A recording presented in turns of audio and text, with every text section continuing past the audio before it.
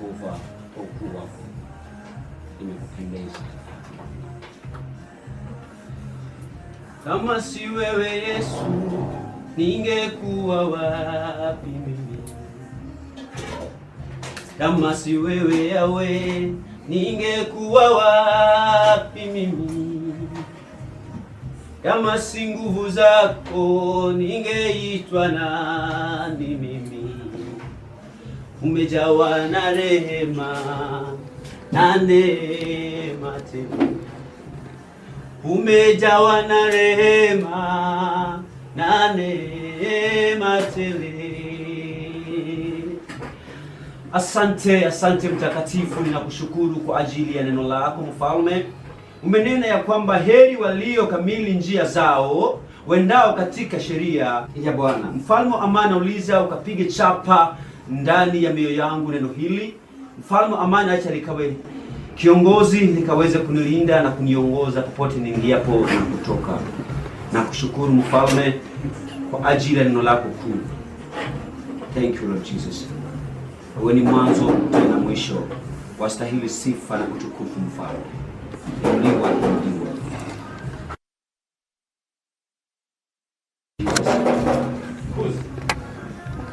Nani? Kipara. Oh, Kipara.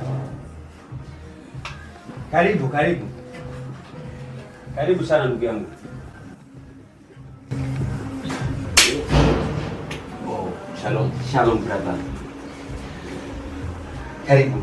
Asante sana. Looks smart. Thank you. Yes. Karibu ndugu yangu. Shukrani. Karibu. Kipara. Unajua katika marafiki zangu wote, ndio ni rafiki yangu wa maana sana. Na ndugu yako katika Yesu. Ni zaidi ya ndugu yangu. Wewe ni zaidi ya ndugu yangu. Nilikuwa naangalia maandiko kidogo hapa yananitia moyo.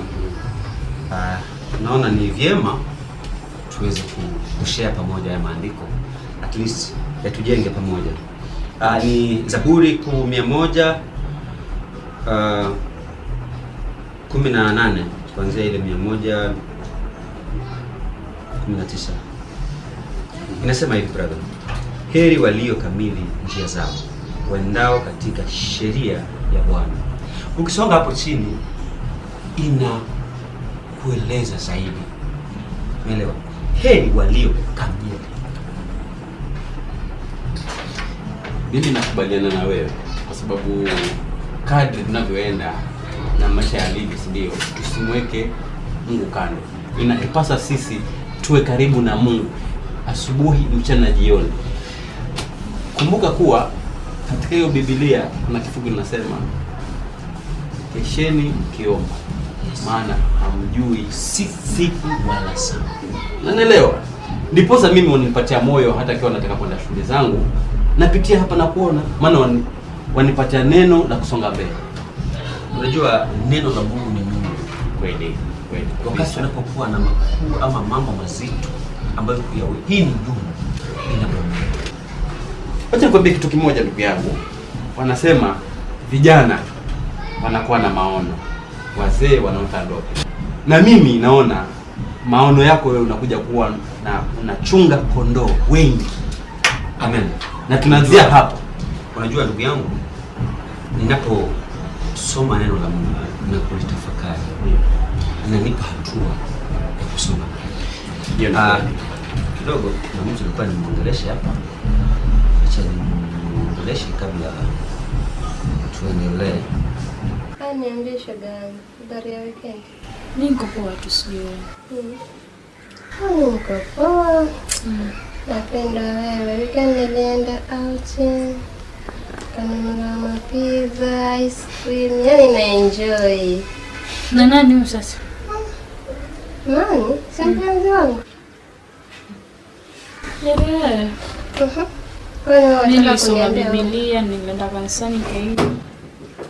Sasa Biblia utakula cha Biblia. Kwani hii raha ya dunia utaki? Raha ya dunia itakuja na wakati wake. Wakati wake? Sasa wewe umechelewa. Kwa kuwa maybe inaweza kuwa takuwa nimechelewa. You never know. Sasa nataka kuniambia wewe uweze kuwa na mwanaume ama uweze kuwa na uhusiano yoyote? Uhusiano maybe naweza kuwa nao. Lakini si uhusiano design hiyo, sijui kwenda kula nini, sijui kuzungusha weekend, mara madebe, discos nini. Usipozungusha basi ujue upendwe. Hi Sandra. Shalom. Ni mzima tu, sijui wewe. Uko nyumbani ama gani? Niko tu hivi nyumbani nimetulia. Okay, sasa unaweza kuja huko nyumbani? Yeah. Saa ngapi? Hata sasa hivi ukija itakuwa sawa zaidi. Sawa basi, ngoja nijitayarishe alafu nije. Okay, Mungu akutangulie.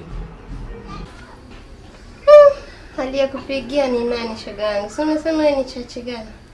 Mambo mengine utakuja jua baadaye. Wewe? Acha nione. Hii mambo ya chachi hata riweke kando. Wajidanganya tu. Sawa, tutaona baadaye nikirudi. Basi usiniambie aliyekupigia ni nani? Si nimegomba na kuja kuambia mambo mengine, si lazima ujue saa hii. Shoga yangu, si umesema wewe ni chachi gani? Hebu kaa chini mwanzo niambie ni nani. Mimi nimeenda. Si umesema chachi gani wewe?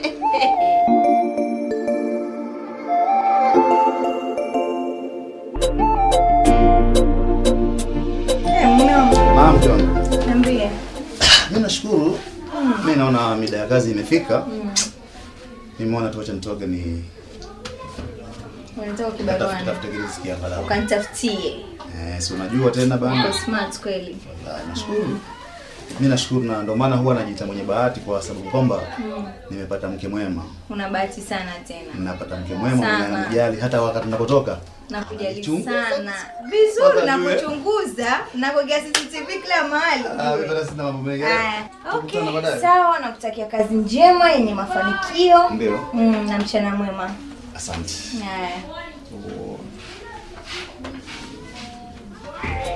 Bye. Bye.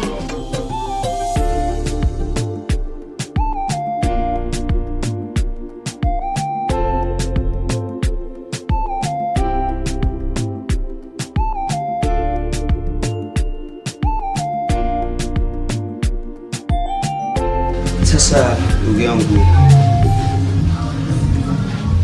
nataka kueleza kitu fulani, lakini acha tu tunasubiria mtu akiingia nitakwambia. Kwani utakupatia surprise? It's not a surprise but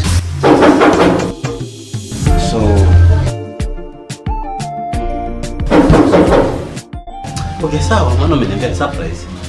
Mimi sina shaka.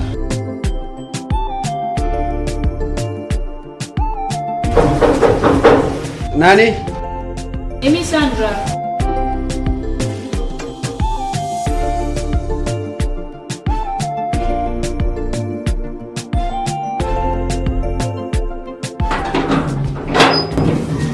Wow, Sandra.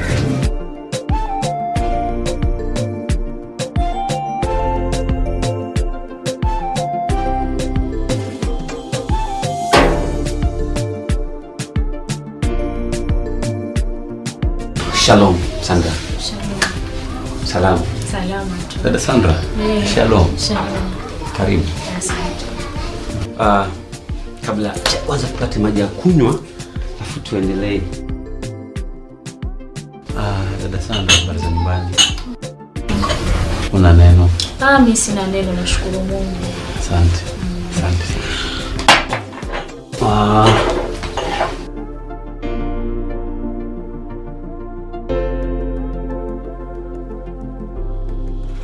Sandra. Niambie toka Sunday mpaka leo. Usijaze glass. Kuna shida. Yetu yote kisha tunajuishi itakuja. Kuna shida gani? Karibu. Asante. Utachukulia bwana. Mpaka upewe. Haina neno. Asante. Kipara. Naam. Kama nilivyokuambia kwamba leo kuna kitu nataka nikuweke bayana. Sababu wewe ni rafiki yangu wa karibu sana. Na huenda nitakuhitaji hapo mbele. Kweli. Yeah. Sasa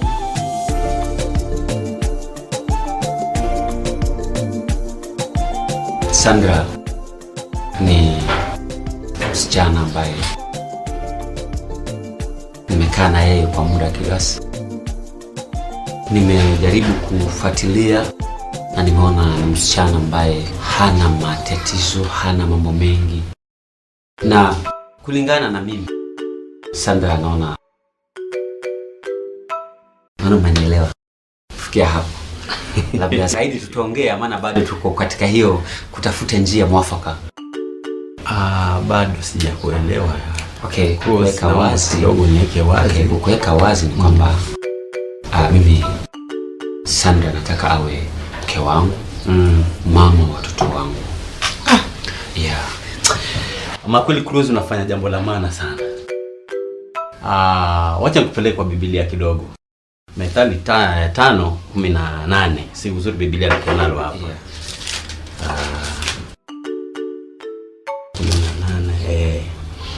18. Inasema chemchemi yako ibarikiwe. Yeah. Nawe umfurahie mke wa ujana wako. Amen. Hili neno lanipatia hatua, naona, kwa sababu sisi bado ni vijana, naona, na vile tulivyo kama Mungu alivyosema chemchemi zetu zibarikiwe. Kwa hivyo ni vizuri na inapaswa tukiwa bado ni vijana tufurahikie, lakini si tufurahikie katika nje, katika Bwana. Kwa hivyo mimi nashukuru sana kwa hatua ambayo unaichukua, ama kwa hatua ambayo umeichukua, naona, ya kutafuta mke wa ujana wako. Sina mengi ila niwaache kidogo niendelee kwa shughuli zangu, kwa sababu nilikuwa naelekea kazini. Okay. Niliposa kupitia hapa. Kwa hivyo tawaacha kidogo, muendelee mfanye mipangilio na tuzidi kumwomba Mungu. Sawa? Sawa kipara, mimi acha nisikuzuie. Naam.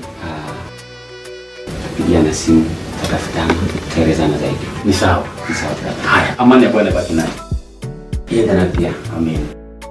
Asante sana. Asante sana. Sandra, haya, amani sana. Karibu.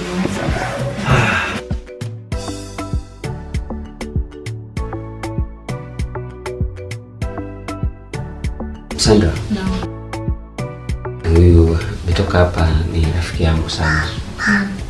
Kipara. Ni rafiki yangu. Zaidi ya rafiki yangu. Na Mungu anamtumia kwa njia yake. Hapo tutaongea sana.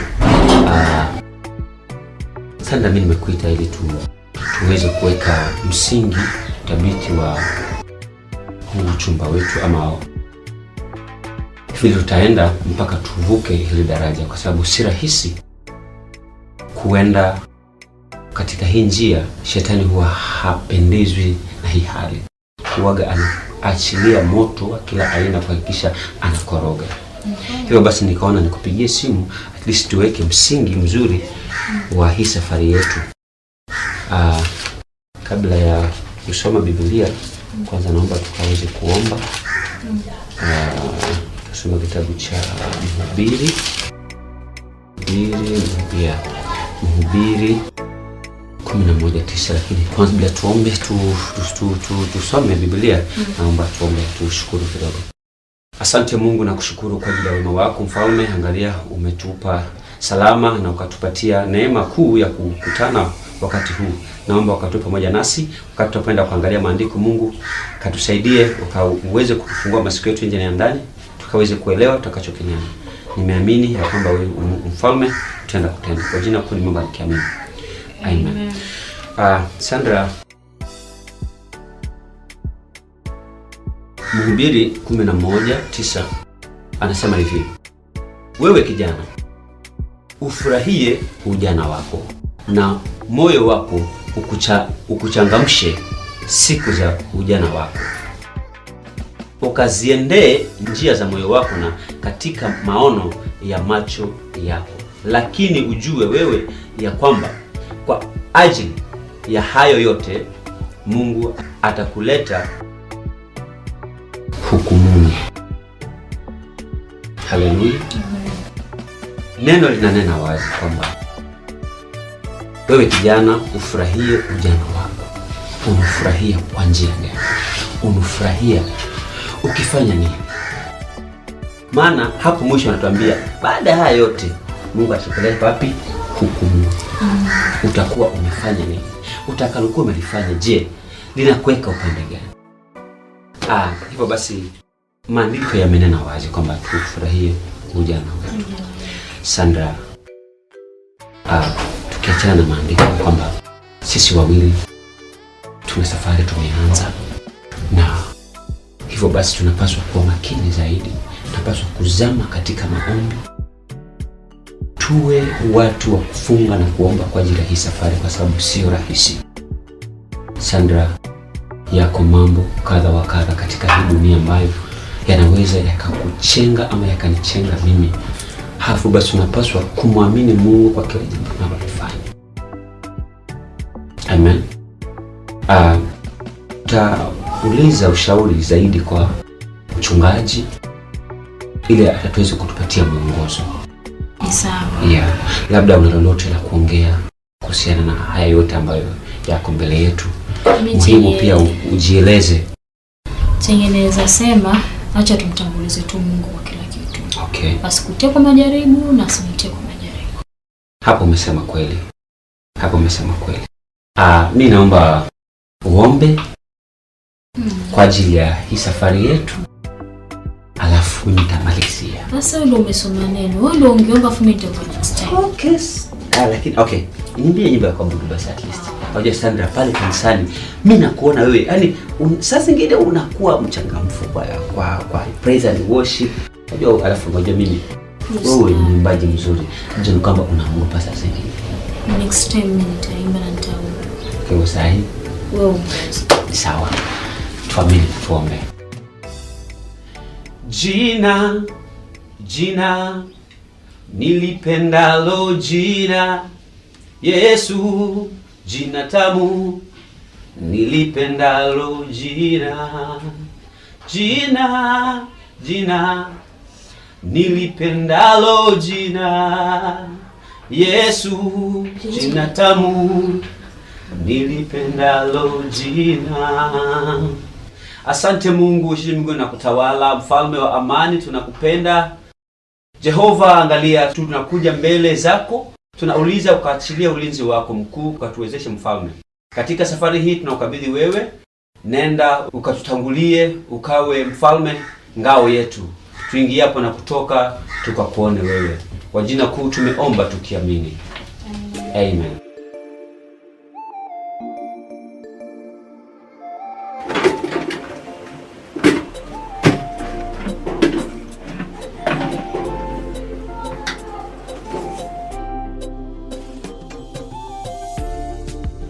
Dalela. Naam. Uko wapi? Niko jikoni mdogo wangu. Naja. Ndio.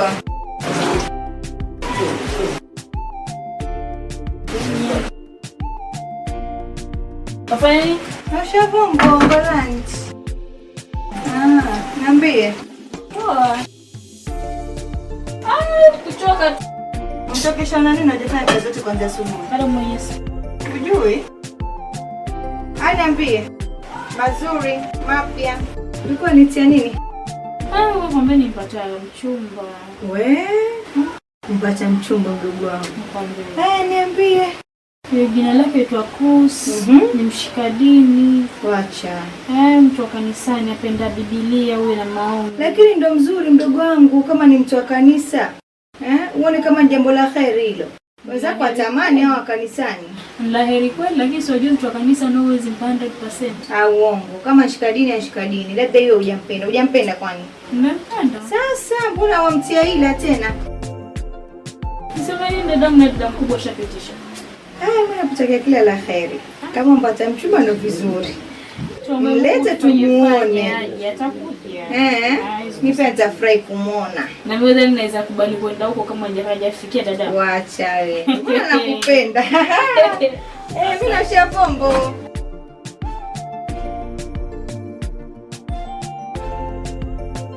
Na mke wangu. Mume wangu. Naona mko busy na shemeji. naosha hivi kwa maana huyu shemeji yako ni cha uvivu sio muelewa. Karibu.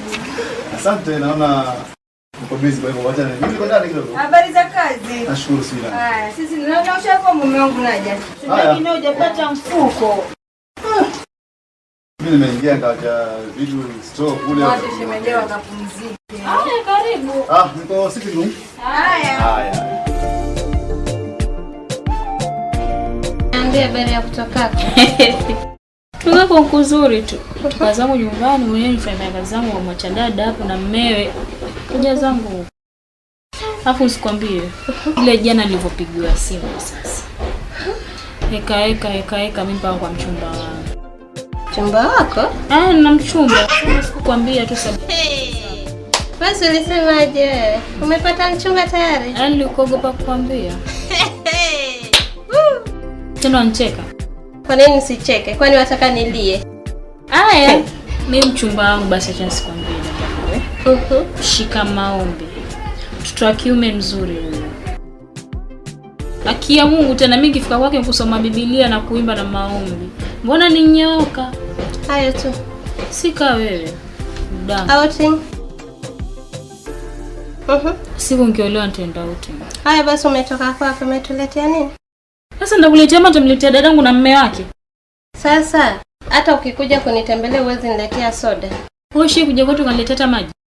Basi tu hiyo marafiki waache hiyo urafiki yetu ishe. Hivyo. Wewe ya nini? Eti nimepata church boy, sije nini. Mwisho usikuje kunililia. Naenda kwetu wenga msaidie dadangu kupika sapa baki na dongo lako. Haya kaishie wewe, mimi namaliza naenda zangu outing.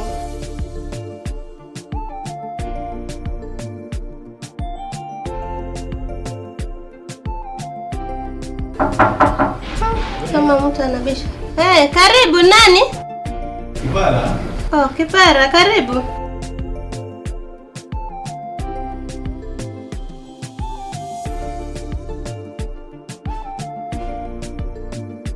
Shalis. Karibu ndani. Shalom.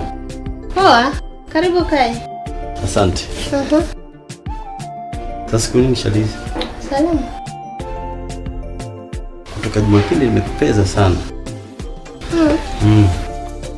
Si nilikuwa chache. Okay, na umeonana na Sandra pengine? Sandra? Tulionana jana, tujaionana tena. Ni vizuri sana. Shalis. Unajua wewe ni mwanamke ambaye umeumbwa na ukaumbika. Mungu alikuumba vizuri sana. Na kulingana na hali na staili hata wewe pia uwe na nyumba yako. Niona? Hata kuna mmoja nisikia? Shalis. Umeumbika. Msichana mrembo na mzuri. Asante. Kwani hayo ndio yalikuleta? Hata mimi nilikuwa nakutembelea. Salimia na kupita kwa shughuli zangu. Swende tu straight to the point tuseme tu kenye nimekuleta. Kwa wakati wake. Ikiwa umenielewa pia nitashukuru. Na ikiwa bado wakati wake utakuja utanielewa. Sielewi kitu nini. Utanielewa tu dada Shalis. Haya sawa, karibu tena. Asante. Wacha niende shughuli zangu alafu tutakutana tu wakati mwingine. Haya, asante kwa kunitembelea. Haya, asante sana. Kwaheri.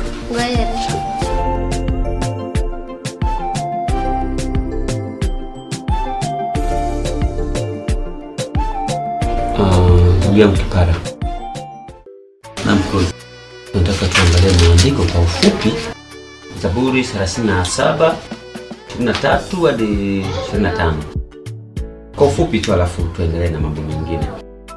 Hatua za mtu zaimarishwa na Bwana. Naye aipenda njia yake. Ajapojikwaa hata anguka chini.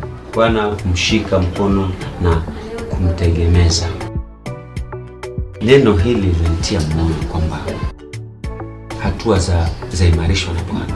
Halafu anasema hata unapojikwaa hata kuacha kuanguka. Kushika na kukuegemeza. Sasa Neno hili kipara limenifundisha pakubwa, kwa sababu zipo njia nyingi ambazo sisi wanadamu tunapitia, lakini tukimtegemea Mungu tunakuwa sawa. Tukienda kwa mstari wa 25 sema, nalikuwa kijana nami sasa ni mzee, lakini sijamuona mwenye haki ameachwa, wala mzao wake ukiomba chakula. Haleluya. Sasa ndugu yangu Cruz, naam, nashukuru kwa maandiko nimesoma, tumeelewa na pia tunazidi kusoma kila siku. Juzi nilikuacha na dada Sandra hapa. Mipangilio imefika wapi tuseme? Unajua manake mimi kama nilivyokuambia toka awali kwamba wewe ni rafiki yangu na siwezi kufanya kitu kabla ya kuhusisha, na hata hivi ilikuwa baada ya maandiko tunaingia kwa hilo, lakini kwa sababu umelileta, acha tulichambue pia.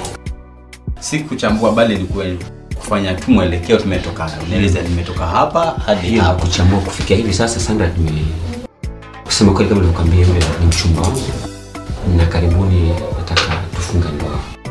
Hivyo basi tumechukua hatua ndogo tu ya mimi na yeye kukaa pamoja na kuongea kuwa sisi tuna vile tutaenda. Kwa kufika sasa hivi ilikuwa tunatarajia labda nataka kwenda kwa mchungaji. Kwa hiyo kawazi ili mambo mengine yaendelee.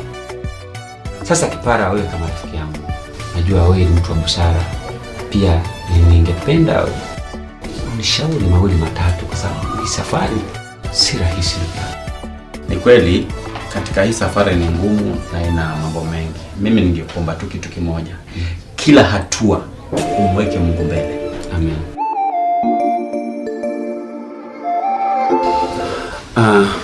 Sasa mchungaji, kama nilivyokueleza hapo awali kwamba tumeenda hatua kiasi, na sasa nilikuwa nimekuja kwa ajili tupange siku ya kuondoa uchumba. Yeah. Okay. Hilo ni jambo zuri, kama pangilio inaenda vizuri, ni kutukuza Mungu. Sababu kila kitu ambacho unafanyika duniani hapa, basi kule mbinguni pia huwa kinafanyika vizuri. So kini niangalie diary yangu kidogo niweze kujua siku ambayo tutakuwa na nafasi. Okay. Na katika hii Jumamosi ya tarehe 24 itakuwa ni siku mwafaka ambayo tunaweza tukafanya shughuli. Okay, ni sawa. Acha mimi nitawasiliana na yule mwenzangu, mwambie hiyo tarehe, halafu tufanye maandalizi. Hiyo sawa. Kitu ambacho nataka huo utaamini ni kwamba chochote kile ambacho kinafungwa duniani, basi hata mbinguni wakimefungwa. So jambo hili ambalo tunaendelea ni jambo la heri, na ni vizuri tumtangulize Mungu katika kila hatua ili akaweze kuwasaidia na kuwa ngao ya ndoa yenu. Kwa sababu inapendeza vijana kama nyinyi mtakuwa umevumilia na kufikia nafasi ya kwamba sasa mnaenda kuaso kapera katika hali ya mwangaza. Inakuwa ni sifa hata kwa kanisa, itakuwa mmenishimisha hata mimi. Kweli mchungaji, ndio jambo la maana kabisa. Naona hiyo tarehe itakuwa mwafaka kabisa. Sawa, hiyo haina shida. Pengine tunaweza tu tukaomba kwa kifupi ili Mwenyezi Mungu akaweze kuwalinda. Mtakatifu le mbinguni, Mungu ambaye umejawa na rehema na neema, angalia hatua ambazo vijana hawa wanaenda kuchukua kwa ajili ya kuleta ndoa yao katika mikono yako. Na kwamba Mwenyezi Mungu kapate Bwana kuwatangulia na katika kila hatua wakone wewe. Ndiyo mfalme. Ni kwa jina la Yesu Kristo tumeomba na kuamini. Amen. Amen. Mambo hata hayataji mengi. Yeah. Haya kidogo tuna Mwenyezi Mungu anafanya. Asante sana mchungaji. Barikiwe sana. Asante. Msalimia dada. Salimia pia rafiki na ndugu. Yule rafiki yako Kipara, yule tuko pamoja. Anakaa mrefu sana yule. Lakini amenishika mkono yule mchungaji. Yule amenitia moyo sana katika hii safari yangu. Patia salamu pia. Nitamsalimia. Penda sana vijana wangu. Sawa mchungaji. Amen. Barikiwe sana. Thank you.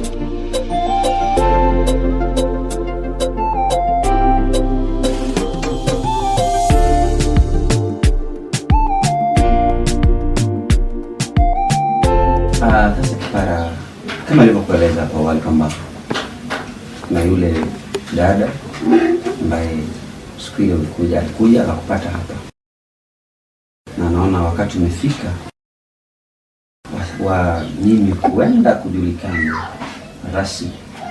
Ndio maana nikaona nisikuache nyuma, uje tuandamane twende pamoja. Ni kweli mjamkuzi. Kuna wengi walisema mchuza samaki mwenyewe ukiwa bado kwa moto. Kweli. Na mimi kuangalia hivi sitaki kupoteza muda. Mimi sitaki kupoteza muda. Yaani hadi nimefikia ni kwenda. Ni sawa. Basi siwezi kuzuia, wacha twende tukamalizane na hayo, alafu tuangalie mengine. Ni sawa, mimi tuende moja kwa moja. Turudi mapema tuangalie mambo mengine. Ni sawa, yeah.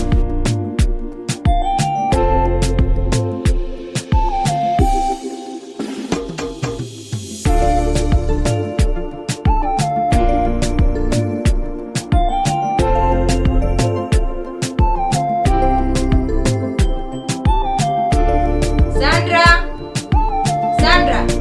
Abeda. Njoo mdogo wangu.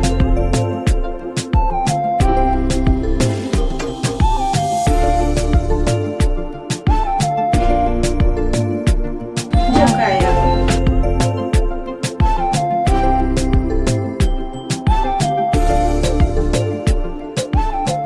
Shemeji yangu Sandra. Naam. Hapa tumepokea wageni, lakini wageni hao kusema kweli wafahamu, labda pengine nawaelewa, nafahamu. Ndio nafahamu. Haya, unawafahamu vipi? Huyu anaitwa Kipara. Na yule pale anaitwa Mbuzi. Hao ndo majina yao. Ndio, tumewajua majina yao, lakini hatujui wamekuja hapa kivipi. Labda unaweza kutueleza wamekuja kivipi wageni hawa? Hiyo ndio maana kuuliza unawafahamu. Kama mnakumbuka, kuna wakati wa nyuma nielezea kuna kijana tulipatania kanisani mwenye kupata kuchungulia. Ndio. Okay. Haya, wageni wenyewe ni wawili. Hatuwezi kujua kwamba ni huyu ama ni huyu. Huyu ndio mchumba wako. Nasikia mke wangu. Nasikia mume wangu. Shemeji yako mkubwa. Kwa hivyo tunashukuru kwa kutueleza. Kwa hivyo hivi ulikuwa na shughuli zako, lakini ila ningekushauri kitu kimoja tu. Maana siku hizi ulimwengu umeharibika, na baada ya kuwa umeharibika inastahili unapofanya introduction kama hii, basi uwe na msimamo na utangulize Mungu mbele, ili safari yenu iweze kuwa ya heri na amani. Maana si jambo rahisi tu kufikiria. Ni wengi tu wanakuwa hivyo mwisho wa kwisha. Alafu unasikia umri. Kwa hivyo tunawaombea kila heri kwa hatua hii mlioanza, basi iishe vizuri, salama salimini. Dada yangu, shemeji yangu, uweza kufanya shughuli zako, tumeshukuru kwa hilo. Sawa, usihofu kwa hilo shemeji yangu. Hamna shida, nimeshukuru kwa hatua uliochukua, maana si rahisi. Ni wengi tu wanafanya, lakini mwisho wa kwisha hata ugeni huwa hufiki nyumbani. Kwa hivyo kwa hilo nimekupongeza shemeji. Ama wasemaje mke wangu? Kabisa sisi ni beto fry kwa hilo. Yeye hatua aliochukua si rahisi. Kweli. Ni mtu mwenye maelewa kihekima na ametimiza ile ambayo kwa usichana wake. Nimefurahi ndugu wangu. Tunashukuru sana. Nakwambia kila la heri. Ni sawa.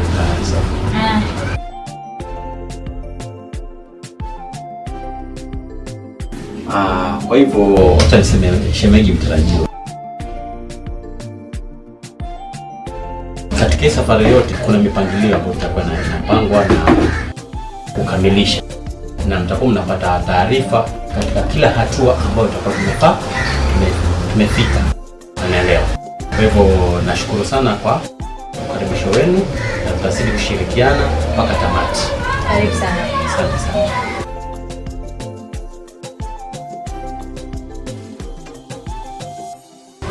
Kuna siku itapangwa ya kuna uchumba, na hiyo pia mtajulishwa pia, iko katika ile mipangilio katika safari ya hiyo ndoa. Okay.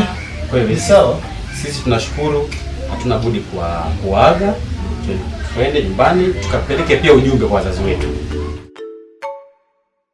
Karibuni. Karibuni sana.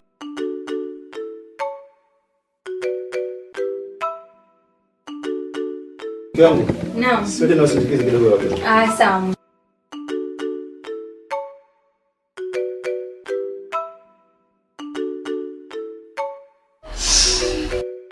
Shali, uendeleaje bwana? Uko poa? Mzima. Mzima? Mwanzo nikuja na good news. On Saturday wiki hii kanisani. Tufanya nini kanisani? Chumba wangu. Chumba wako? Na vishapete huko. Hawacheka. Unasema nini? Wewe cheka ukimaliza. Kwa ukijua Saturday na kuhitaji. Kanisani uchumba wangu. Saa ngapi? Kuanzia asubuhi. Asubuhi Alafu nini sitakuwa natoka saa ngapi? Saa 4 asubuhi. Kwani kanisa inaanza saa ngapi? Itakuwa tumemaliza kila kitu. Kila kitu. Saa 4. Mwisho ni saa 4. Mwisho saa 7. Sasa mimi nitakaa njaa bila kule mpaka saa 7. Sikia Shali bana. Mimi sijakuja kuangalia kuhusu utumbo wako. Kwani mimi nina nini nimekuja nikakualika kuhusu harusi hapa naambia kuhusu chakula. And then mavazi. Wewe kanisani unaenda ngauti. Basi nitavaa hizo zangu za dunia. Kama siku zote ukienda kanisani unavaa hizo za dunia. Kwani wewe una Sikiza mama, mimi sitaki story mingi, sawa? Saturday saa 4 na kuhitaji kanisani ufungisho wangu. Sawa, wewe ndo rafiki yangu mkubwa na siwezi kosa kukualika. Basi utaniona huko nyuma dada. Sikia Jumapili nilichumbiwa jana ukaanza kukasirika hapa. Hakuna shida. Nishakwambia na shamalizana na wewe. Nimeenda kwetu. Hakuna noma.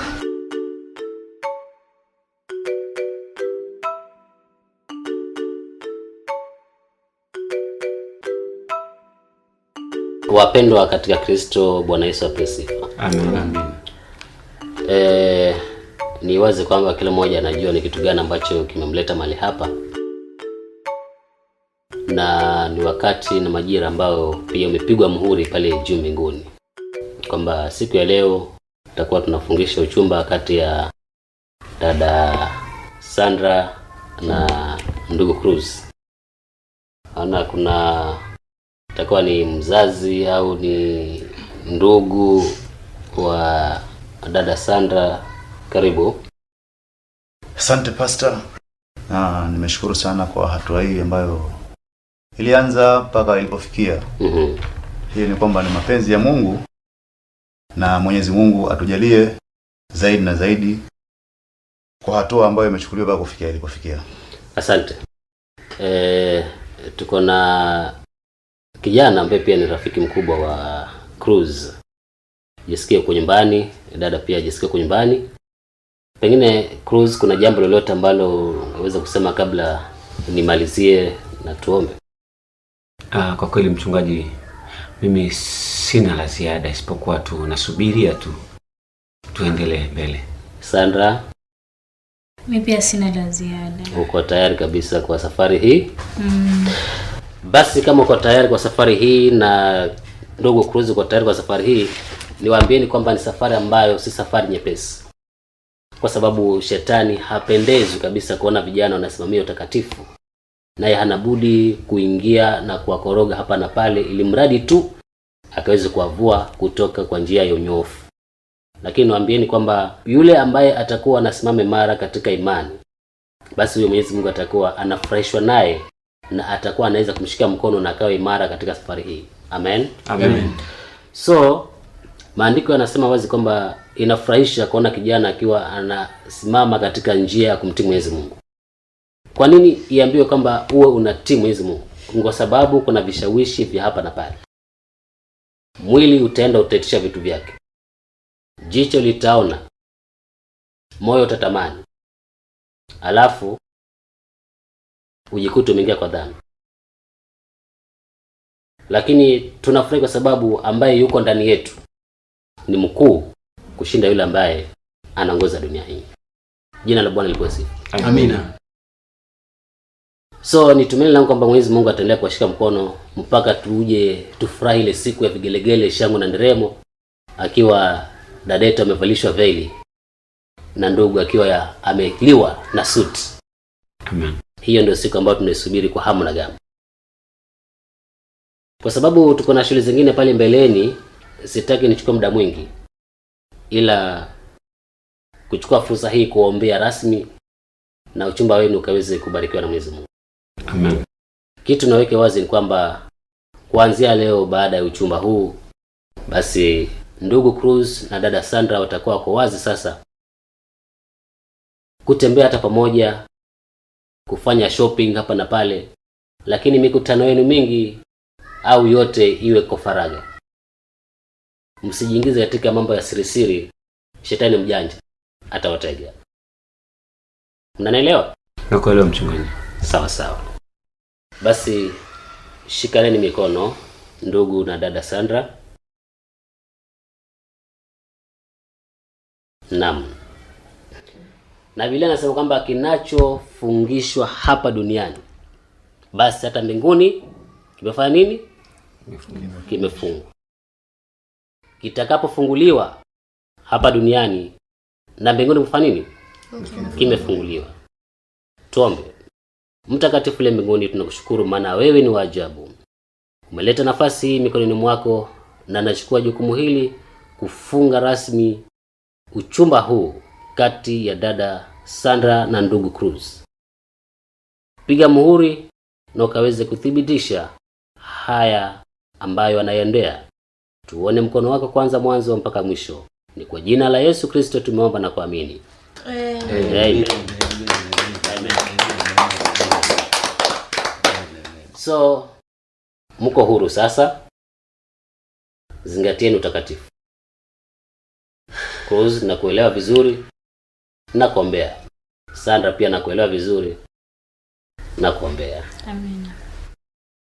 Sawa sawa. Kweni imara. Antena zenu za mbinguni zifunguke na antena za duniani zifungwe. Amen. Mbarikiwe sana. Amen. Tukiwa na chochote tunawasiliana. Nashukuru pastor. Na Mwenyezi Mungu atubariki. Amen.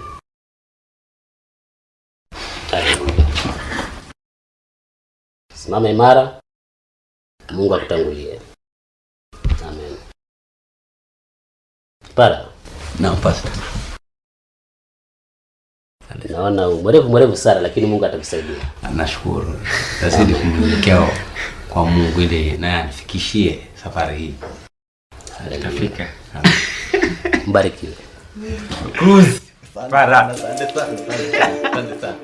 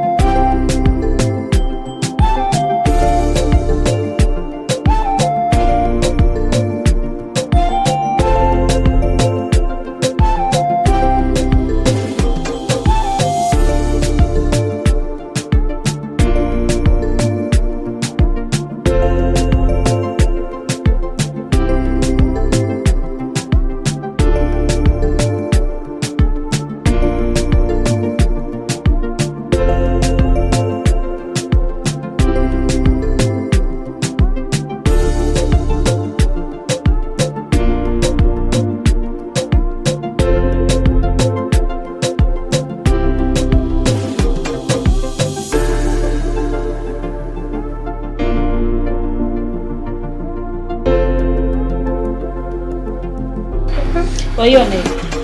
Niangalie. Tutaki hata kuishika. Ainishtoi. Wivu mbaya. Babu. Naona. Sasa Sandra, kuvishwa pete sana ndio nini? Yaani ndio kuwa umefika. Mimi sasa si mwenzenu. Miezi inaokuja hii inaitwa mke wa mtu. Sasa mimi si mwenzenu kabisa. Kwa kuwa ni hiyo pete ndio kufanya mpaka wewe si mwenzenu. Sasa nikueleze Sandra. Si eti kuvishwa pete ndio kufika. Jamani, mimi nina watu wabaya. Kwa nini? Aya. Hivi. Umeshawekwa na cruise. Kitambo cha kuvisha pete. Si ndio? Okay. Ni sawa. Kuna kitu gani umefanya? Kuomba, kusoma Biblia, kuimba. Hilo tu peke yake. Hiyo tu. Nakwambia hivi Sandra. Changamka. Haya maisha hayako hivyo. Kuvishwa pete sasa ndo tunajua ama ndo kila kitu. Kipara utaacha unafiki.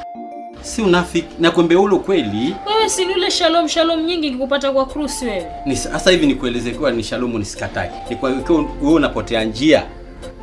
Ni kuache si ndio? Huyu rafiki yake cruise huyo ukaote pia naye asoma Biblia naye akiichambua afu sasa kunielezea nini? Alikuwa anajua cruise ni mtu mzuri atakupea raha, lakini kumbe kwa hivyo pia uko pamoja na wewe. Sandra, sikiza. Acha nikwambie. Unanielewa? Wewe ni mwanamke, unakula, unakunywa, huu mwili una chakula chake. Usisubiri mpaka siku zimefika. Si mtu hupanda mahindi alafu akayapalilia. Kipande kumuuliza alishampikia hata cruise. Okay, sasa hiyo ukiniambia hivyo, okay, alikuvisha pete. Ushamhagi? Ushakisi? Mpaka siku ya harusi. Okay, Na kupika? Nampikia nini? Uchumba wetu uruhusu. Unajua hata kutengeneza sima kweli? Na chapati? Msalio kamuulize dadangu. Mimi naomba. Yaani korogwe hivi hiyo sima mpaka hivi. Hautaweza. Hiyo pete tu ni mfano wako. Sandra, nisikize. Mimi Cruz ni rafiki yangu na namjua. Unaelewa? Kwa hivyo haya nakwambia. Hivi tuko sote hapa, si ndio? Yeye anafanya nini huko? Yuko nyumbani anasoma Biblia. Anasoma Biblia, si ndio? Na kawaida mwanamume ndio hufuata mwanamke, si ndio? Hasa yeye anakufuata, okay, nasoma Biblia. Sawa. Naimba, sawa. Basi. Yule Cruz anamjua mimi ama ni mwingine? My sister. Sharpen your eyes, nakwambia ule kweli. Changamka. Bila hivyo utaenda kulia. Kabisa. Na nikueleze dada Sandra. Mimi hata siendelee. Tangu asubuhi mpaka saa hii usijioni. Ashai kupigia cruise wako? Acha nikwambie kitu. Wewe siku zote uko pale kwake wasoma Biblia naye, lakini kumbe ni mnafiki mkubwa. Naye pia si rafiki. Watu wote mnitakii mema. Acha nani na mimi. Sasa mimi nakwambia si unafiki, mimi nikija kuelezea ukweli sana. Achana naye mshamba yule. Wewe umuone hata mshamba tokea mguu mpaka kinywele. Mimi najaribu kumwelezea vile maisha yanavyoenda. Hiyo niona. Wacha tumwache akienda kuyapata huko. Atakujalia mwenyewe. Haya. Lakini mimi hata for example ukinipenda leo hii, uwezi hata ni hug. Kwa nini? Basi sijasema unisongelee ni hug nawe. Sasa nimekuuliza mfano.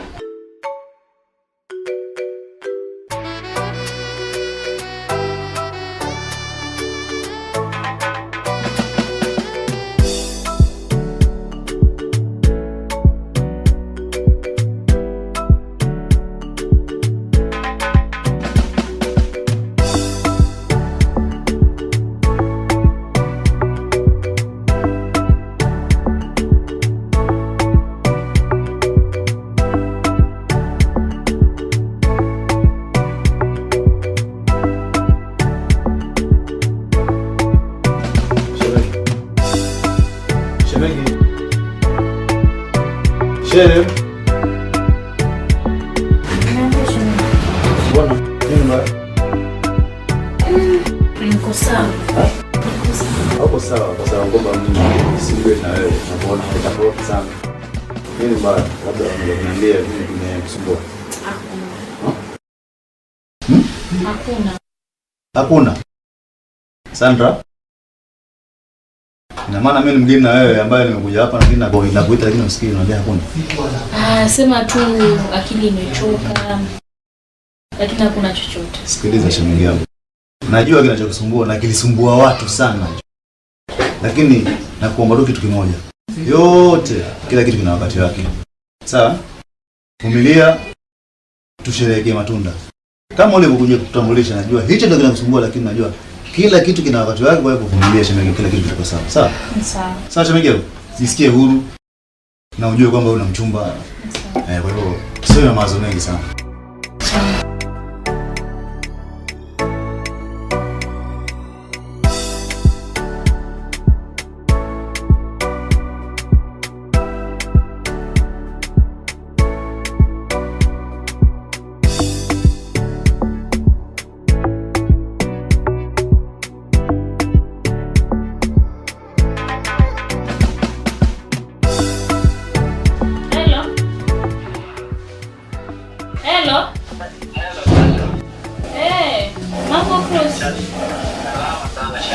Shalom.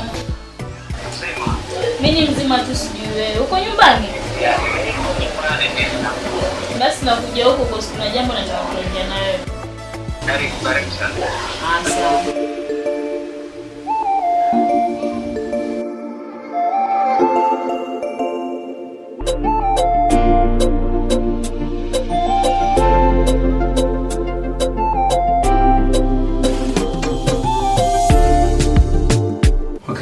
Sandra. Naona sasa hivi tunaendelea vizuri. Kilichobakia ni kuzama zaidi katika kufunga na kuomba kwa ajili ya hii safari yetu. Hiyo basi ningeomba kujua pia upande wako. Unalipokeaje hili swala ama unahisi aje? Maana mimi naona neema kuu. Kiupande wangu mimi tuko tu sawa. Yaani naona tu neema ya Mungu imetuongoza, imetulinda mpaka tumefikia. Ni hatua. Na mimi nataka nikwambie kitu kimoja, Sandra. Katika mwili wetu Mungu ameachilia kibali juu yetu. Hivyo basi naona tukienda mbali. So mimi Sandra sina mwingine. Sioni mwingine. Ni wewe.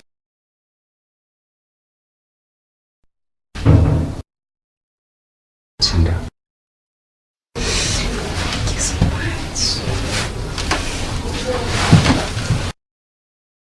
Mbona unaonekana furaha sana? Si mwongea vitu za kumjaza moyo. Okay. Mimi pia na furaha kukuona ukismile. Mimi pia inanijenga zaidi kukuona ukismile, ukicheka, ukiwa na furaha, moyo wangu pia kuwa na furaha. Kitu yenye usaita nizidisha furaha. Just a hug. Hug ya kiupendo. No, Sandra, excuse me. Unajua sija kuelewa vizuri. Yani okay. As in Sandra, yani sija kuelewa vizuri. Unahitaji kumbato kutoka kwa a hug. Oh my God. Just a hug. Sandra, naona unakoelekea siko. Neno la Mungu linanena katika Warumi 13:14, bali mvaeni Bwana Yesu Kristo, wala msiuangalie mwili hata kuwasha tamaa zake. Sandra, unachotaka kufanya ni kuangalia mwili, na unapoangalia mwili unawasha tamaa zake. Naomba tusifikie hapo, kwa sababu Sandra, naona unaenda mbali sana. Unaona Sandra, tunapoangalia mwili, ikifika huu wakati umenena sasa kwamba wataka kumbato ama tukumbatiane, unaamsha hisia ambazo zitasababisha sisi kutenda dhambi. Kwa hivyo tusifuatishe mwili na tamaa zake. Tunapaswa kuheshimu huu wakati tulioko nao. Sisi bado ni wachumba. Na umenielewa? Sawa. Unaonekana una furaha lakini. Kwa sababu Sandra, nakupenda sana. Lakini wakati haujawiva, usimkaribishe shetani. Sawa. Nisamehe kwa hilo. Karibu.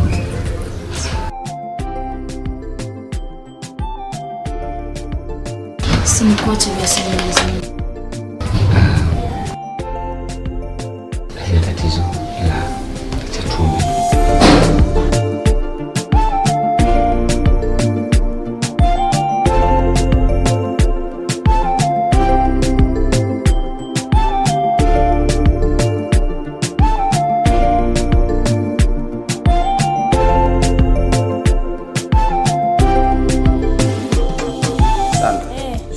Shalom. Mambo? Poa. Utokako? Nzuri tu kuboeka. Kuboeka na nini tena? Ili jua uliona. Haya ni maombele ya Mungu. Huwezi acha. Nami lakini. Mimi nashukuru. Sasa Sandra, ulimpeza lini cruise?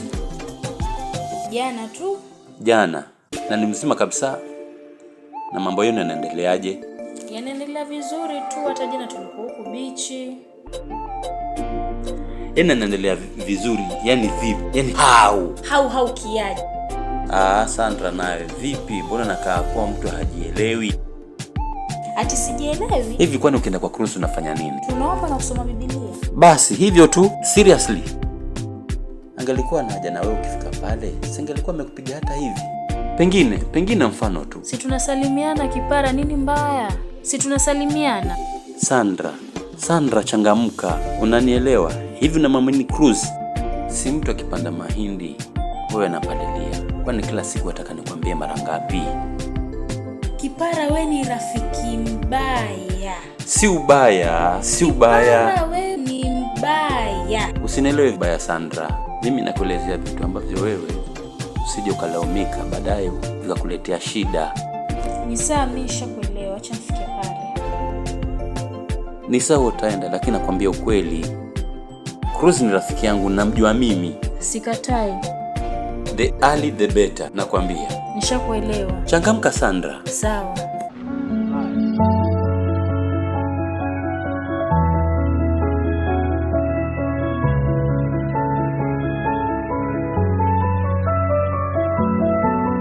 Shoga yangu Sandra, mama. Poa. Habari ya masiku? Nzuri tu, karibu. Nzima.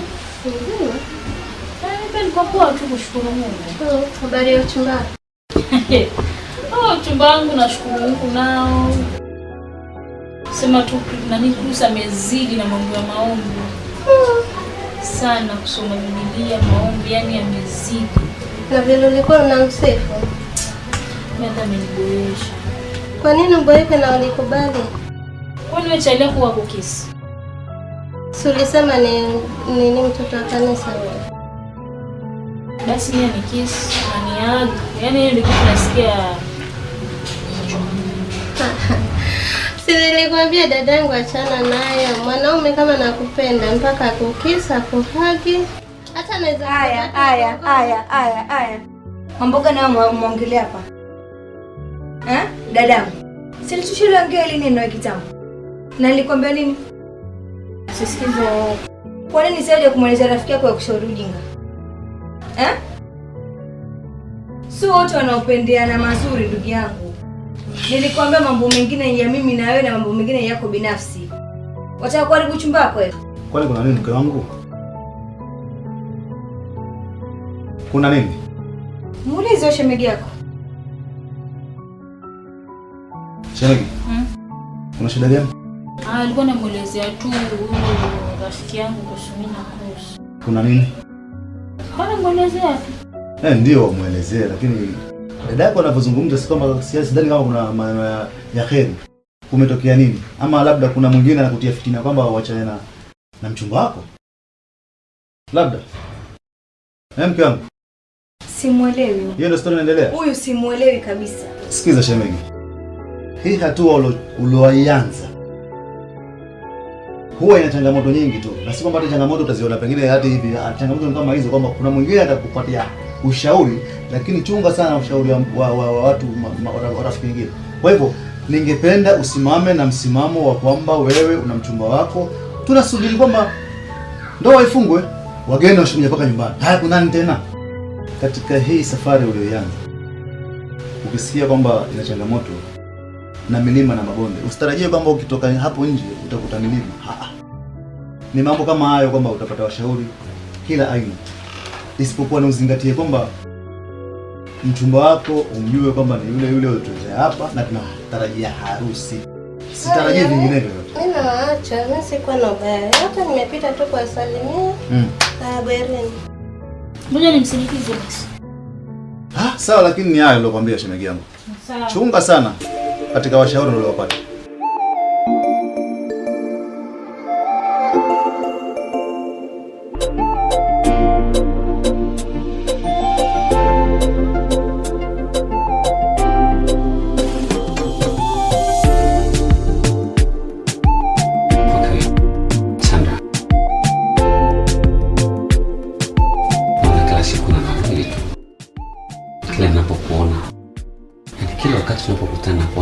Unazidi kunawiri. Inaonekana hii safari yetu imekupendezesha sana.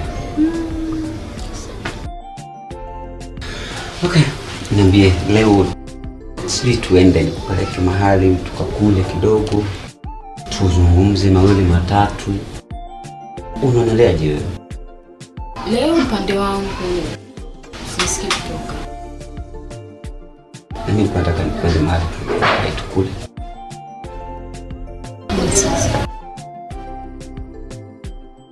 Okay, nataka tufanyeje? Leo nataka nifanye jambo, yaani nifanye tu kitu ambacho kitakufurahisha. Please. Hiyo ndio kitu yenye inanifurahisha. Hapana, Sandra. Mbona tena?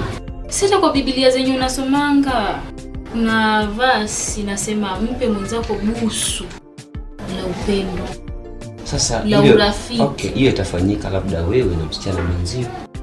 Lakini niambie, mwanamume na msichana busu la rafiki. Wewe unasema na rafiki. Jirani anayeangalia atachukulia. Jirani uko wapi? Sandra. Pana jirani hapa ndani. Ama kuna watu wao ongelesha naye kwa madirisha. Si hivyo Sandra. Ukao kujua wakati ukifanya kitu kama hakuna mtu, roho wa Mungu yuko pale. Shetani pia yuko pale. Sawa, roho wa Mungu yuko pale, shetani yuko pale, lakini hawatakuja kuhukumu sahihi. Kwa hilo utanisamehe Sandra. Niko serious. Hagu likataa. Kisu nakataa. Sandra, wakati utafika. Umesema na kunifanyia kitu unifurahishe. Yes, lakini nataka twende tukule. Sitaki twende mahali kule ama tu. Lakini kiss. Hapana. Unakaribisha shetani Sandra. Unafungua madirisha shetani akaweze kututawanya. Naona. Yeah. Kwa hiyo utanisamehe sana. Sawa, nitakusamehe tayari. Yeah, sasa tuombe. Wake huru. Sawa. Sasa unaona kama hii inafadhali, it's not like a kiss ama hug. Mele. Sawa, Wewe ni mwanzo tena mwisho, na kuabudu Bwana wastahili sifa. Wewe ni mwanzo tena mwisho, na kuabudu Bwana wastahili sifa. Wewe ni mwanzo tena mwisho, twakuabudu Mesia, wastahili sifa. Wewe ni mwanzo tena mwisho, twakuabudu Bwana, wastahili. Asante Jehova, tunakushukuru Mfalme kwa ajili ya wema wako na ulinzi wako Mfalme. Nauliza ulinzi wako mkuu, tutie nguvu katika hii safari.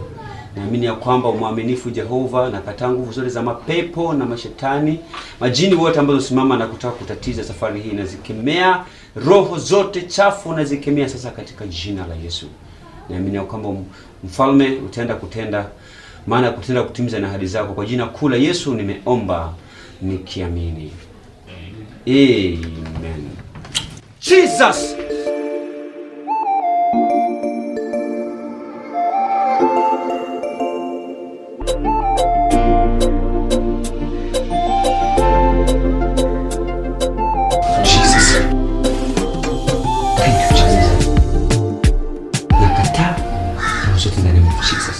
Beka tarabashika. Wewe ni Mungu siyeshindwa. Tenda jambo Mfalme. Oh, hallelujah.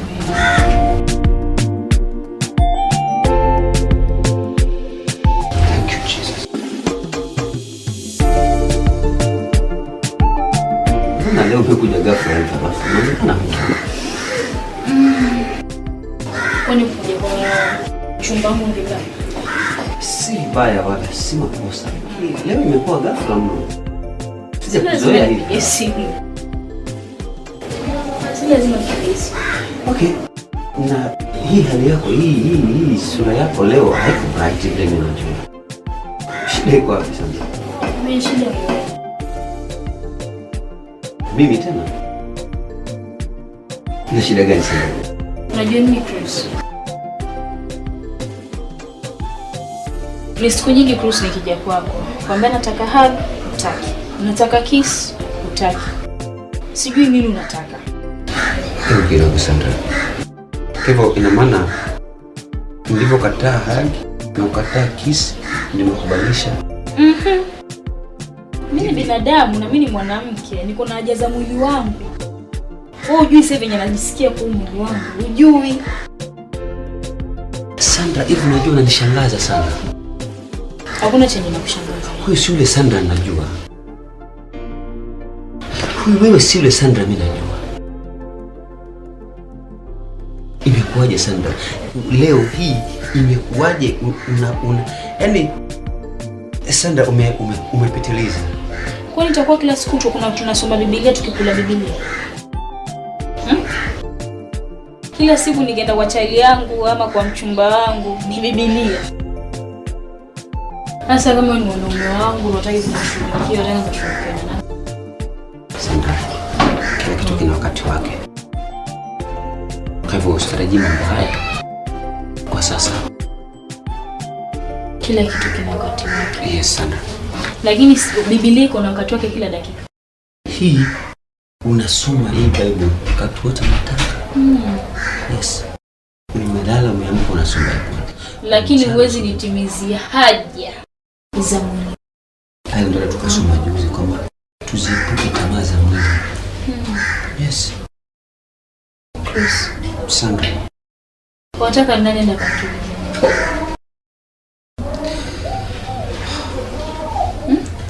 Okay.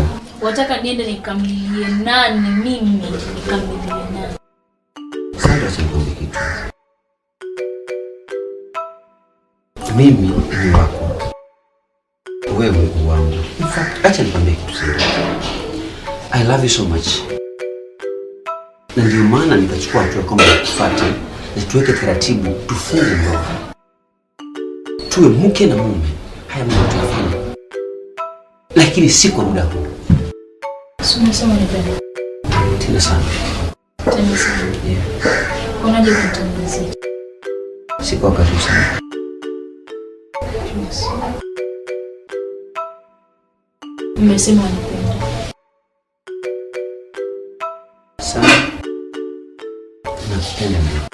Na mimi pia nakupenda. Yes, then tukae katika utakatifu mpaka tutakapoana.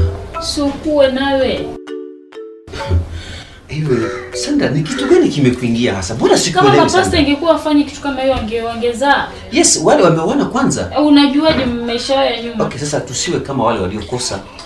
Sisi Sasa tuwe ni sawa. nani atajua sisi tumekosa?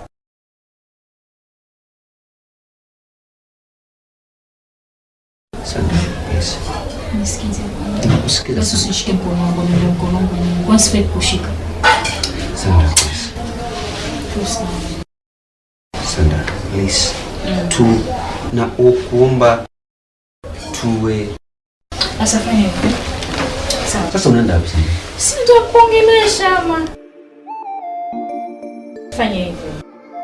Sandra, please. Nisikize. Tuongea. Sandra. No. Baby, no.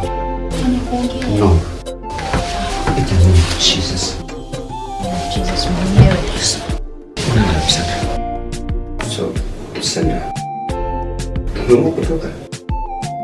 Sasa nafanya nini hapa? Nafanya nini hapa? Sandra, please. Kumbuka sisi ni wachupa tu. So, tusimpe shetani nafasi. Ona. Ukimaliza na mahubiri yako. Sio niache. Sandra, you love you so much. I know you love me. Yes. Mbona utaki tena? No, Sandra, not this time, okay? Basi niache tu.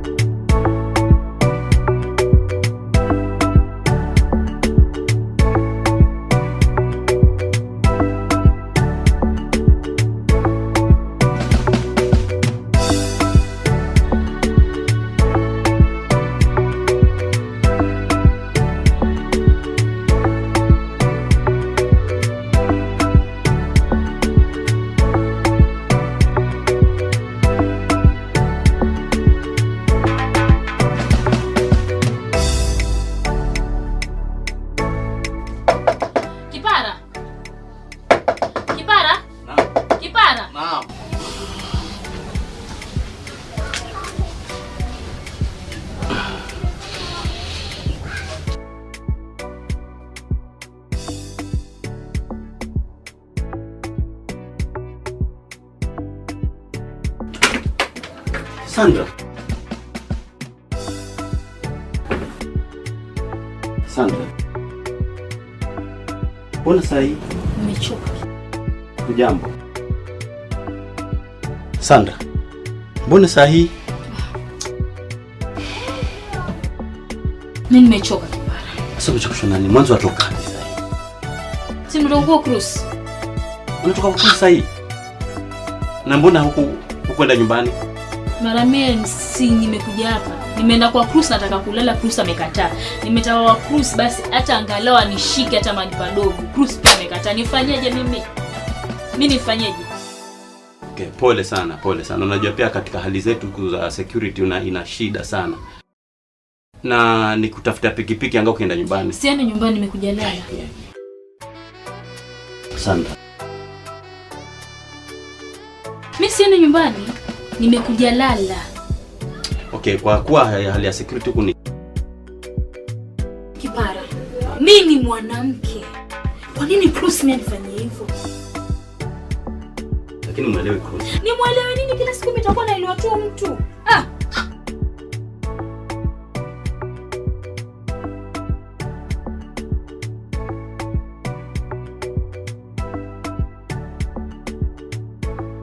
Sandra. Basi wacha tutulize hapa, alafu wewe maneno utafanya asubuhi vizuri. Enda nyumbani ukajitulize. Sawa?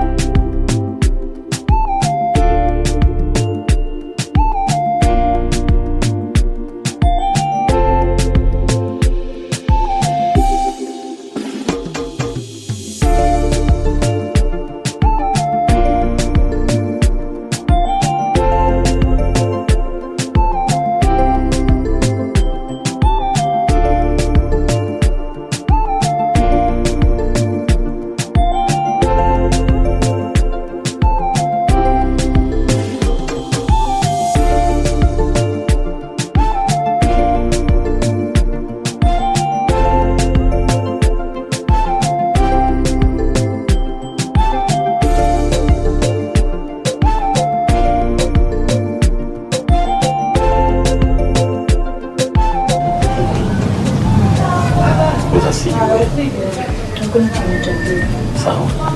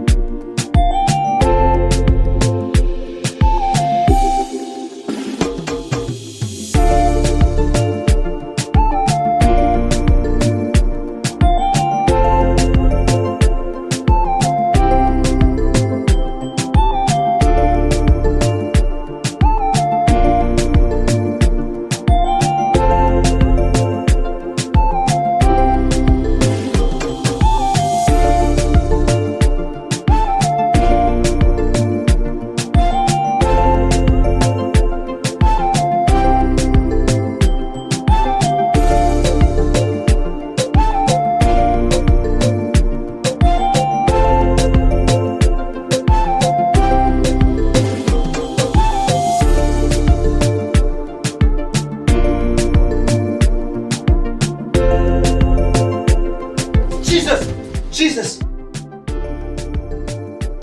Jesus. Katika jina la Yesu. Katika jina la Yesu. Nakataa katika jina la Yesu. Oh.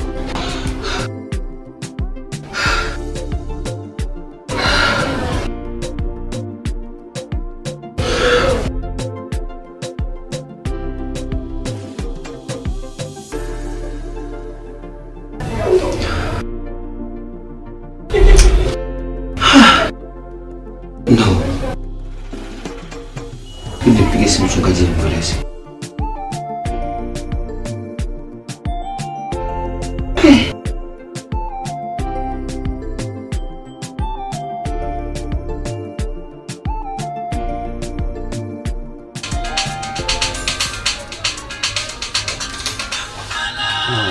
Mchungaji. Hello, Pastor. Yes. Shalom, shalom, shalom Cruz. Shalom, shalom. Asifiwe Yesu. Amina, amina. Kwa mzima? Mimi niko salama, buheri wa afya. Vipi na wewe? Na mimi nashukuru niko salama. Umefikia wapi na mpangilio ile na dada Sandra ile mpangilio ya uchumba? Kufikia sasa mchungaji, tulikuwa tunataka tukupigie simu ili tuje tukamilishe hii mambo ya uchumba, tusonge mbele. Yeah. Na mlipimwa? Hiyo ndio ilikuwa bado hatujaenda kupima. Sasa ilikuwa nataka tuje kwako alafu utuelekeze vile tutafanya, ama kama unaweza nieleza hapa nijue nitafanyaje. Haya, ni sawa, lakini mfanye bidii muende mmalize vipimo vile vya kujua hali yenu. Vitu vyenu pale kwa hospitali yote ya serikali. Ili mtajue vipimo vyenu vya hali ya afya, vipimwe HIV. Inawezekana pia mpimwe na pregnancy. Pate pregnancy test akumlete, ili tujue hatua zile ambazo tutachukua after this. Okay, ni sasa mchungaji. Nitafanya hivyo alafu nitakujulisha. Haya, mfanye bidii manake wakati hauko upande wetu. Ni sasa mchungaji. Okay, bye.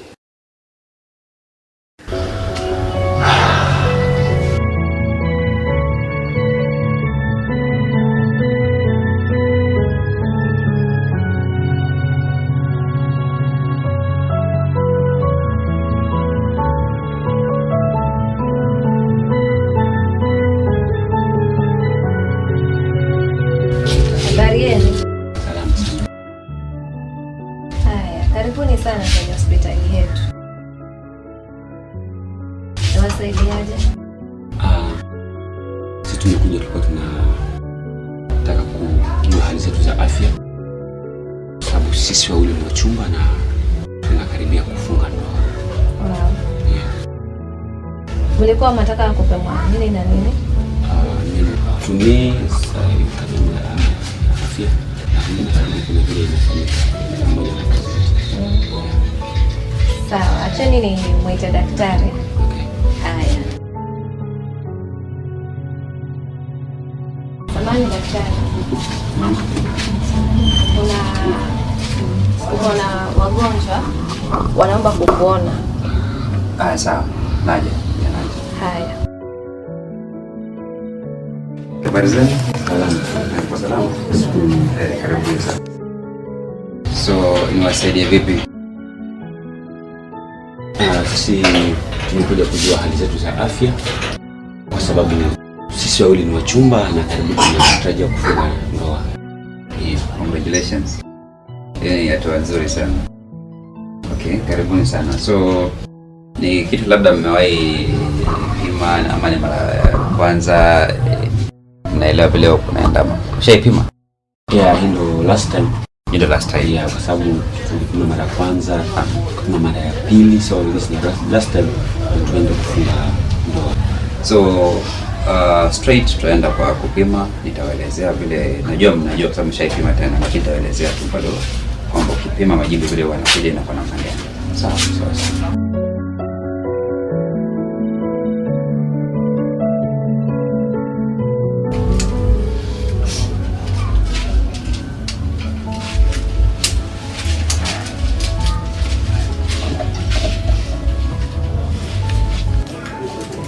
Vile nilipima last time, majibu yalikuwa sawa. Unajua kuangalia majibu, kila kitu naelewa, sio?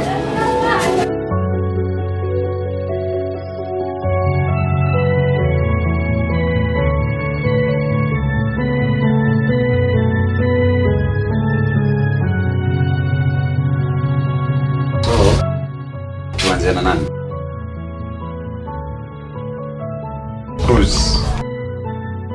You're the man. Man of the house. The man of the house. Sawa.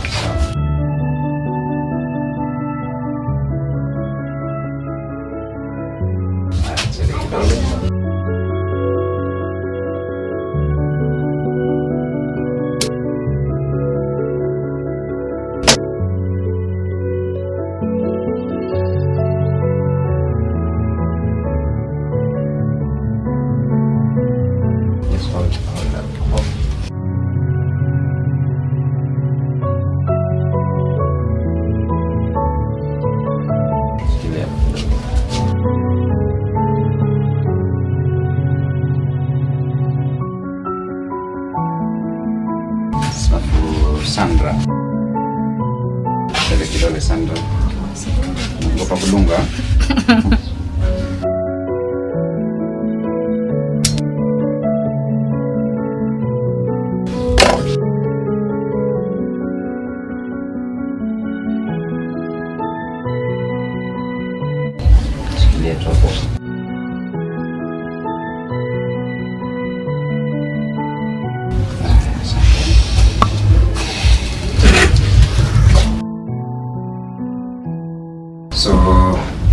Harusi ni lini?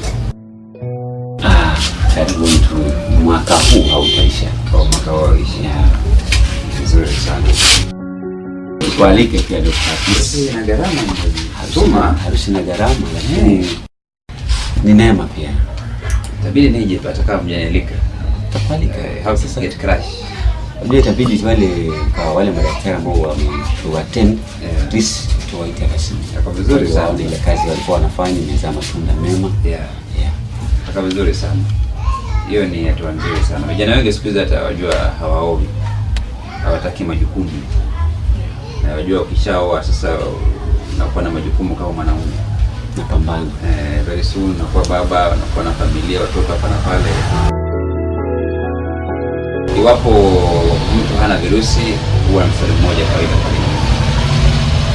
Mtu kama ana virusi inachukua mstari miwili ya kuonyesha mtu ana virusi. So hapa naona iko tayari. Hii ni ya cruise.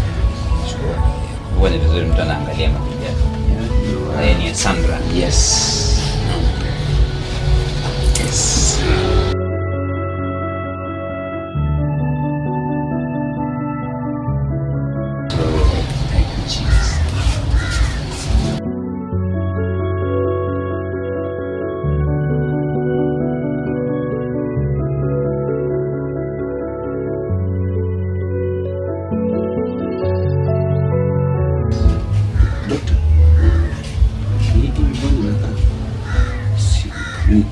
Ni line mbili ama ni umeona line ngapi Sandra? Umeona line ngapi hapa? Cruise umeona line ngapi? Ni mbili. Line mbili. Hii imetoka line moja yako. Hii ya Sandra imetoka line mbili. So kama line mbili inamaanisha mtu yuko positive. Dr. How? Siwezi kueleza maana sasa mimi upande wangu ni nikishapima nimueleze najibu vile ilivyo. No, unajua doctor. Naam. Huyu ni mchumba wangu. Naelewa. Yeah. Naelewa. Na tumekuwa katika hali ya utakatifu kwa muda mrefu sana. Ama doctor, kuna vile ama kulikuwa na sauti nzuri ni kurejelea majibu yake. Yako yako sawa. Procedurally ikiwa mtu lines zimetoka mbili, kwa advice tukurejelea, to confirm. Naomba turejelee. So ni tumuombe Sandra kama atakubali, hatuwezi mlazimisha, atakikubali turejelee. So tunamza naye akikubali turejelee. Turudie basi. Confirm. Okay. Sawa. So Sandra, nataka turejelee. Sisi tukawa tumefanya labda makosa mahali. Sasa kidole tena sasa. Dokta.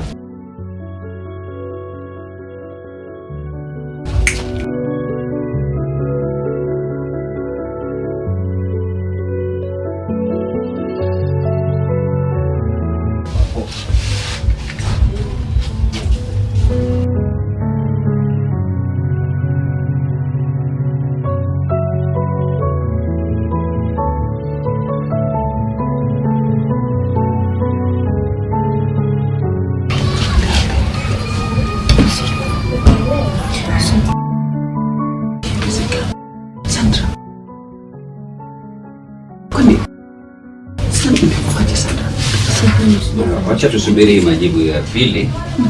Sio labda tumekosa mahali. Tuwe na uhakika. Hiyo ni mistake doctor, please. Wacha tuangalie kama ni makosa mahali. Nampenda sana Sandra. Mistake kumkosa. Please. Haina. Sasa tuangalie majibu ya pili. Tusubirie tuone itakuwa vipi, alafu tutajua kwanza. Si shida hiyo. Mnaweza discuss tu alafu tuangalie itakuwa nini. Doctor, kama long journey. I know. Naelewa sana. Why today? Mimi wakati tunakaribia kufunga. Sandra, kwani ulifanya nini Sandra? Nafikiri yako tayari. Okay. Iko tayari hapa. Doctor, kweli hii Mara ya pili tena imetoka lani mbili. Yeah, ni lani mbili kuza family online. Kwa hivyo hii ina confirm kabisa kwamba yuko positive. Hiyo ni confirmatory test ya kwamba yuko positive. Sandra, ni nini mbona sielewi? Shika majibu yako uone. Mimi kuna chochote mbaya nishaifanya. Sasa hii inakuwaje? Daktari, ama kuna mtu anaweza Daktari, kiti zenu ziko sawa? Kiti ziko sawa. Kwa maana hii imetoka hivyo mara ya kwanza mstari mmoja. Sandra, hii yangu ni mstari mmoja. Na kiti ni hizo moja. Sasa mimi sielewi mbona zinakuwa hivi. Wewe kuniambia huelewi Sandra. Mimi nitajuaje na sijawahi cheat na mwanaume wote, sijaitembea na mwanaume wote, mimi nitajuaje sasa? Unajua Doctor, tunaweza fanya nini kwa sababu mimi I'm confused. I'm totally confused. Cruise, relax. Doctor, wewe kuniambia relax. Naelewa ni ngumu. Lakini hali vile ilivyo ni wewe ndo mwanaume, wewe ndo kichwa, wewe ndo dereva wa hii safari. So ni relax ndio uweze ku make up your mind, your decisions, uweze ku make uamuzi ambao utakufaa. Kwa sababu majibu vile alivyo, ninge advice kabla hamjachukua hatua nyingine, labda mnaweza confirm mahali pengine, maana tupo confirm na steps mbili. Lakini Sandra bado unajua kawaida lazima akona ile tashwishi. So ni vizuri mnaweza confirm mahali pengine, lakini advice yangu ni hii. Normally uamuzi ni wenu nyinyi. Mnaweza kuamua mwendelee na harusi yenu, mwaane, alafu mtakuwa mtumia kinga. Doctor, hapo kwanza. Naam. Yaani baada ya kuona kabisa mwenzangu yuko hali hii, alafu tena niendelee. Hii inawezekana vipi Doctor? Ndio maana nimesema inabidi utulie, kwa sababu sasa wewe ndio kwenye kufanya uamuzi. Maana uamuzi wako ni muhimu sana katika safari yenu sasa kutoka hapo kuendelea. Iwapo mtaamua kuendelea, advice yangu ni kwamba mtaendelea mkijua kwamba mtatumia kinga. Iwapo mtaamua kuacha, so na process itabidi muhusishe mpaka watu wa kanisa na familia, maana mshafika mbali tayari. Lakini uamuzi ni nyinyi, mkae chini, mzungumze, muone mtaamua vipi au tutaenda vipi kwanza hapa.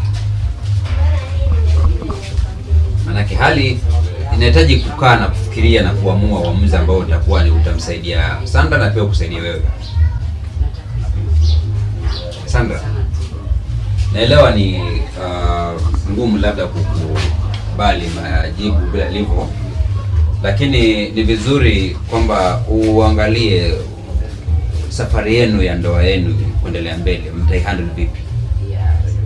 Mkae chini mzungumze, muone mtaishughulikia namna gani, mtahandle vipi ili wewe uweze kuridhika na pia mchumba wako aweze kuridhika. Sandra,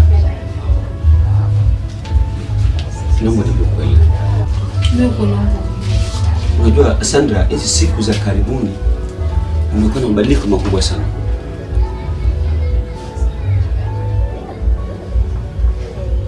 Ni kweli, lakini sijawahi kutembea na mwanaume mwingine.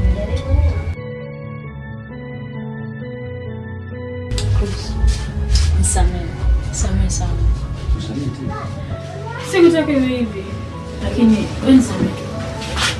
Sandra.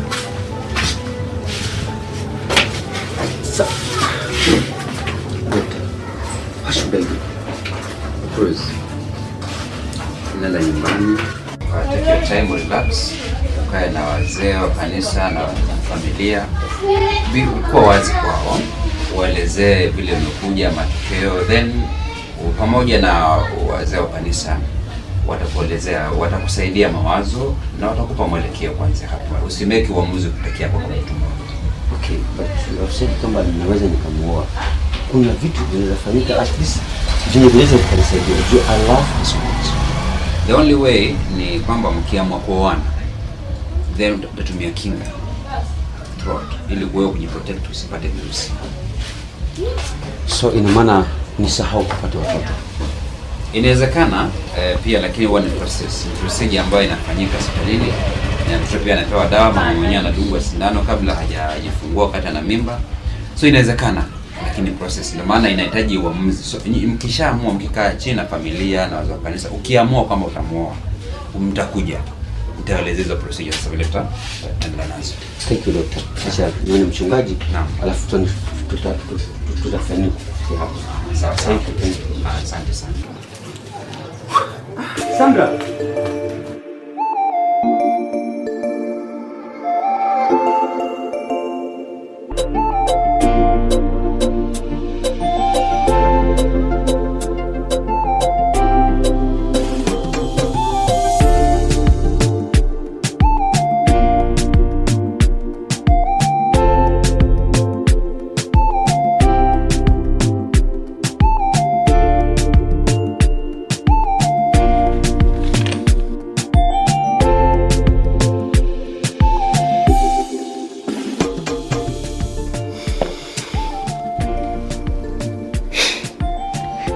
Cruz.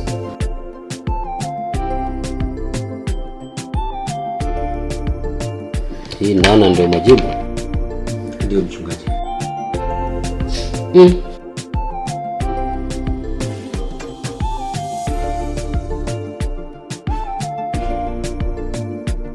Na Sandra kwa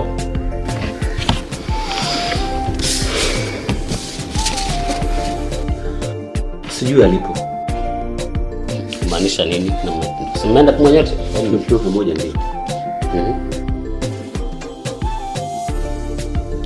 Alivyotoka sikujua ametoka vipi. Alivyotoka nje kumtafuta sikupata hadi sasa. Mmepita na kwao? Nimepitia kwao kwa sababu nilihitaji sana kuja naye pamoja, lakini hajafika kwao bado. Nimpigia simu? Ni mteja. Mchungaji, nimechanganyikiwa. Nakuelewa. Nakuelewa kabisa. I'm totally confused.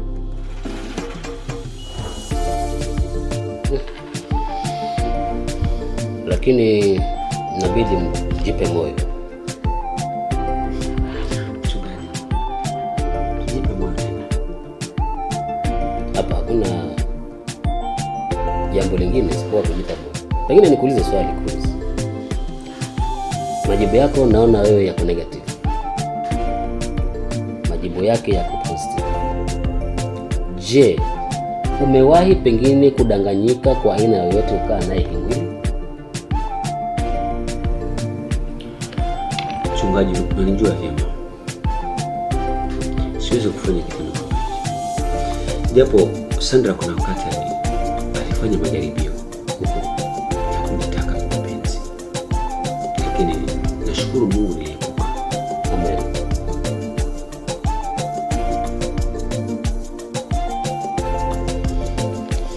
Sasa pengine hapa afua ni mbili.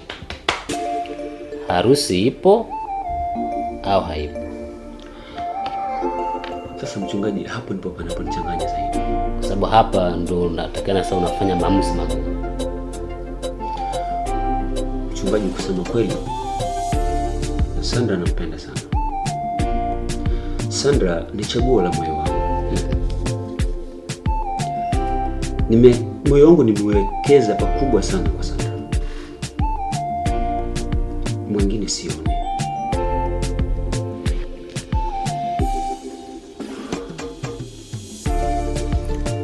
Sasa basi, wanasema afadhali kuvunjika kwa mwiko.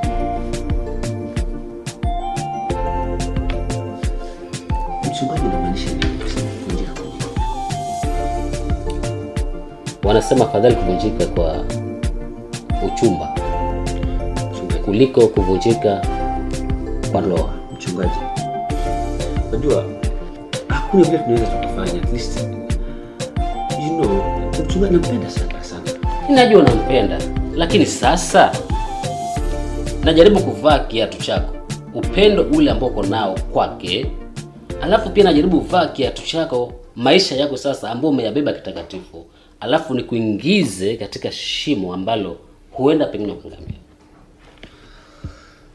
Ndio nasema hapa lazima maamuzi magumu yafanyike.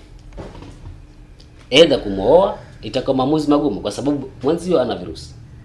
Japo mnaweza ishi na mtu ambaye ana virusi na usishikwe.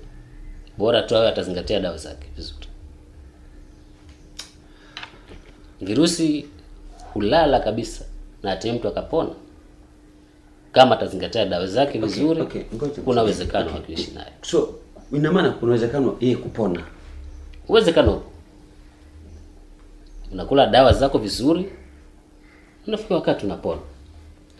Na unakuwa uweze ambukiza hata mwingine. Okay, labda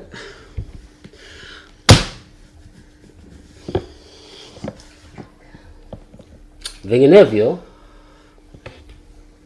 unaweza sema sitaki basi kucheza kwenye tundu la choo na ukachana naye. Japo hili nale litakuwa limemuumiza katika nafsi yake. Hayo yote ni maamuzi magumu. Kuendelea na ndoa, kumwacha, yote ni maamuzi magumu mchungaji. Tufanye hivi. Nahitaji muda nifikirie vizuri. Tulikuwa naja hapo. Tupatie muda vizuri. Nitakufungulia class sessions za therapy na psychological support. Wewe pamoja na Sandra. So mtafute Sandra alafu mkuje mkaweze kupata classes za psychological support. Kwa sababu najua hii kitu lazima imewatatiza kiakili. Sandra. Kwa mara nguvu za Mwenyezi Mungu ziwe pamoja nawe. Mchungaji na nyumba. I know. I understand. Lakini hayakuwa mapenzi ya Mwenyezi Mungu.